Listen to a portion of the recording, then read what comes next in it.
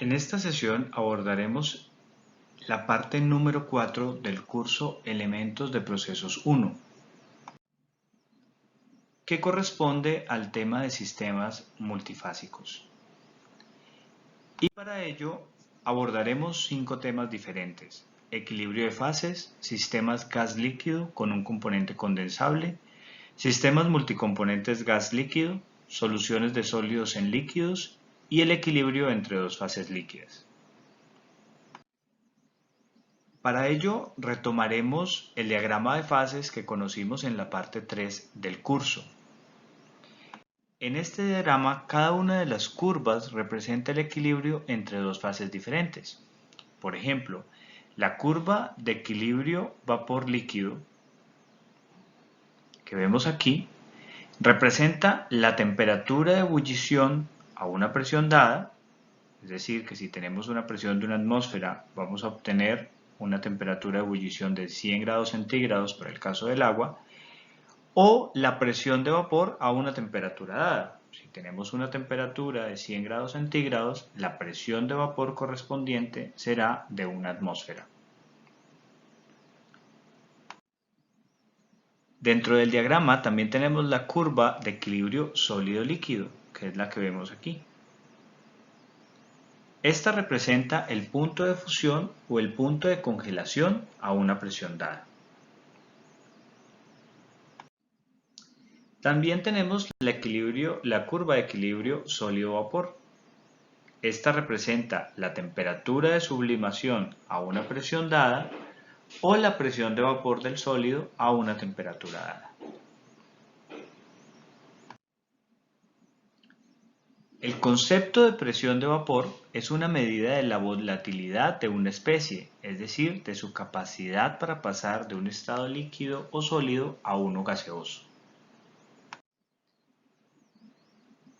Si preguntáramos cuál es la sustancia más volátil entre el agua y el etanol, seguramente indicaríamos que es el etanol. Si analizamos la presión de vapor de estas dos sustancias a 30 grados centígrados, nos damos cuenta que la presión de vapor del etanol es superior a la del agua. Por eso, entre mayor sea la presión de vapor, mayor es la volatilidad de una especie a una temperatura dada.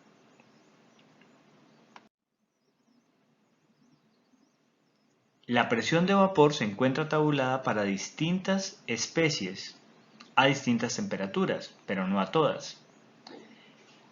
Sin embargo, se puede estimar mediante una correlación empírica, como es el caso de la ecuación de Clausius-Clapeyron y también el caso de la ecuación de Antoine que vemos aquí. Además, el diagrama de Cox, en el cual podemos establecer la presión de vapor de diferentes sustancias a diferentes temperaturas.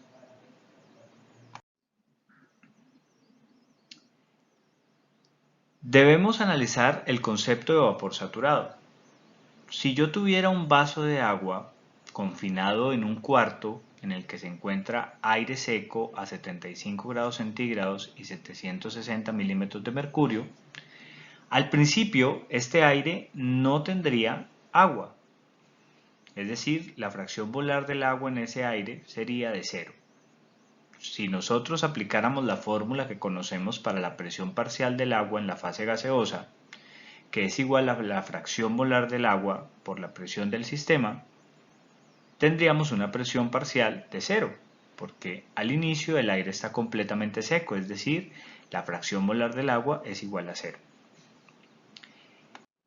Sin embargo, con el tiempo las moléculas de agua que están contenidas en el vaso comienzan a evaporarse, es decir, que la fracción molar del agua en el aire empieza a aumentar. Esto indica que la presión parcial del agua en la fase gaseosa también empieza a aumentar. Aumentará según la fracción molar del agua en el aire empiece a aumentar. Sin embargo, luego de un rato ya no se evaporan más moléculas de agua, es decir, que la fracción molar del agua llega a un valor máximo. Aquí podemos decir que la fase gaseosa está saturada de agua. Y el agua en la fase gaseosa se denomina vapor saturado. ¿Qué sucedería si se reduce un poco la temperatura? Si en el cuarto bajamos de 75 grados centígrados a una temperatura menor, veríamos la condensación de pequeñas gotas de agua en las superficies. Entonces, si tenemos un gas a una temperatura y presión dadas que contiene un vapor saturado, como en el caso del ejemplo anterior que teníamos aire saturado de agua, entonces la presión parcial del agua en ese gas va a ser igual a la presión de saturación del agua a la temperatura del sistema. Esa es lo que conocemos como la ley de Raoult para una especie condensable. Esto indica que si tenemos condiciones de saturación o de equilibrio, podemos aplicar la ley de Raoult para una especie condensable, que indica que la presión parcial del agua será que se es igual a la fracción molar del agua por la presión total del sistema es igual a la presión de vapor o de saturación del agua a la temperatura del sistema. Aquí tenemos un ejercicio precisamente para aplicar esta ley de Raoult. Nos encontramos con un sistema aire y agua que se encuentra en equilibrio en una cámara cerrada a 75 grados centígrados y 760 milímetros de mercurio y nos piden calcular la composición molar de la fase gaseosa sabiendo que la presión de vapor o la presión de saturación del agua a 75 grados centígrados es de 289 milímetros de mercurio. Además del concepto de presión de vapor, debemos revisar otros conceptos. Un vapor presente en un gas en cantidad menor a la de saturación se denomina vapor sobrecalentado. Es decir, si queremos corroborar si tenemos un vapor sobrecalentado, lo que debemos hacer es revisar si la presión parcial es inferior a la presión de saturación a la temperatura del sistema.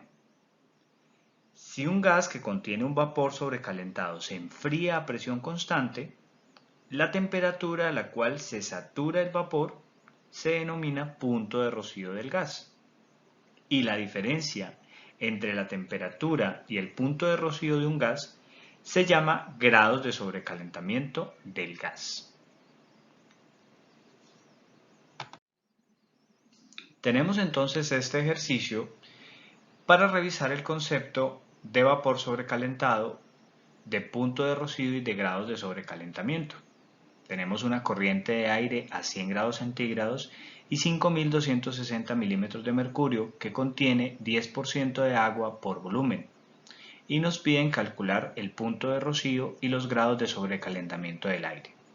Este es un ejercicio muy sencillo. Si queremos corroborar si se trata de un vapor sobrecalentado, lo que debemos corroborar es que la presión parcial del agua esté por debajo de la presión de saturación del agua a 100 grados centígrados, que es la temperatura del sistema.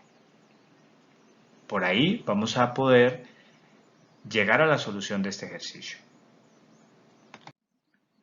Además tenemos una pregunta adicional. ¿Qué sucedería si bajamos la temperatura hasta 80 grados centígrados? La pregunta en este caso es calcular el porcentaje del vapor que se condensa y la composición de la fase gaseosa si el aire se enfría a presión constante hasta 80 grados centígrados.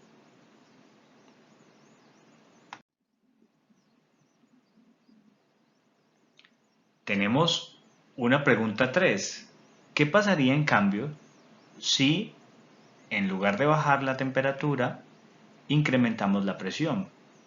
En este caso, el ejercicio nos plantea calcular el porcentaje de condensación y la composición de la fase gaseosa si en lugar de enfriar el aire, lo comprimimos isotérmicamente hasta 8500 milímetros de mercurio.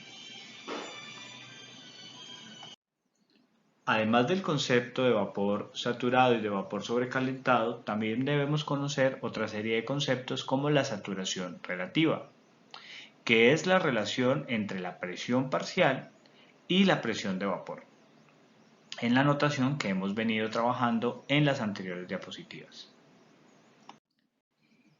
La saturación molar, que nos representa las moles de vapor que tenemos por cada mol de aire seco libre de vapor, también conocida como la humedad molar.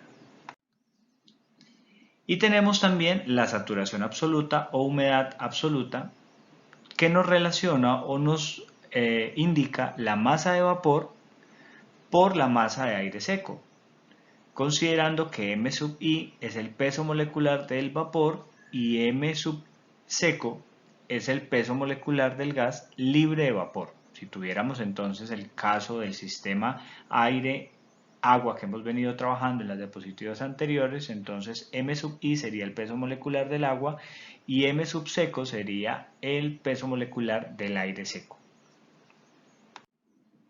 Finalmente tenemos el concepto de porcentaje de saturación o porcentaje de humedad, que es una relación porcentual, en la cual P es la presión del sistema, P sub I es la presión parcial y P sub I asterisco es la presión de vapor.